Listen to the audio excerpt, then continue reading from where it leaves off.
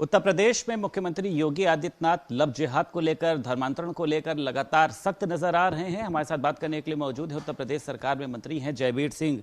कहा जा रहा है कि 185 से ज्यादा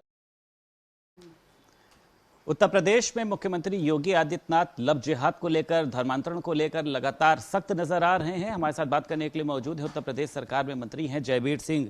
कहा जा रहा है कि 185 से ज्यादा लोगों को जबरदस्ती धर्मांतरण कराया जा रहा है, इसमें बच्चे भी शामिल हैं। तो लग रहा है कि लगातार कार्रवाई जो है सर वो जारी है।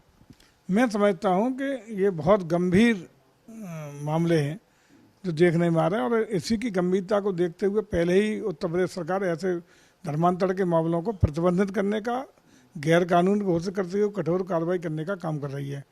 निश्चित रूप से जो अनमैच्योर्ड बच्चे हैं, इनको धर्मांतरण कराने की जिस तरीके से एक सुनियोजित षड्यंत्र चल रहा है, ये बहुत ही गंभीर विषय है। सरकार निश्चित रूप से ऐसी घटनाओं पर रोकने का काम करेगी।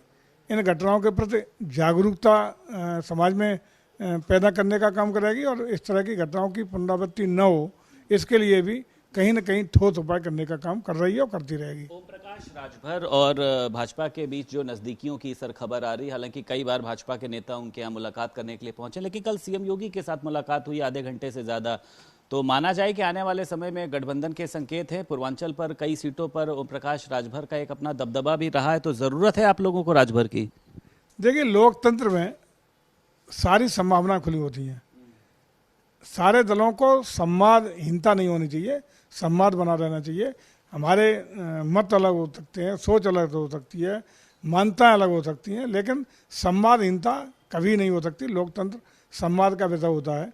माननीय मुख्यमंत्री जी ओम प्रकाश राजभर जी कल मिले हैं, शिष्टाचार भेंट थी, अच्छी बात है। और अगर उन्होंने हमें विधान परिषद का जो अभी चुनाव हुआ है उसमें भी हमें सहयोग और समर्थन देने का काम किया था, तो सारी संभावनाएं खुली रहती हैं। और जो भी संभावना होगी और जैसा इन छोटे छोटे दलों का मत होगा, उस हिसाब से पार्टी अपना निर्णय लेगी। अच्छा, कांग्रेस जो है वो जातीय जनगणना को लेकर लगातार जो है मुखर होती हुई दिखाई दे रही है। लग रहा है आपको लोकसभा चुनाव के पहले एक तरीके से धार देने की कोशिश है?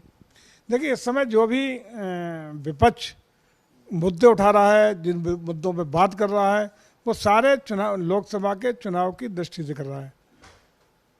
और मैं समझता हूँ, चाहे विपक्ष की एकता की बात हो, अन्य अन्य मुद्दे हों, राष्ट्रीय हित की बात हो, या छोटी छोटी अन्य विषय हों, चाहे वो आप पार्टी का अध्यादेश में विरोध करने का मसला हो, तमाम इस तरह के मसले हैं जो केवल और केवल इस बात पे पूरा फोकस कर रहे हैं कि किस तरीके से सारा विपक्ष एकजुट होकर के आदरणीय मोदी जी को कमजोर करने का काम कर सके।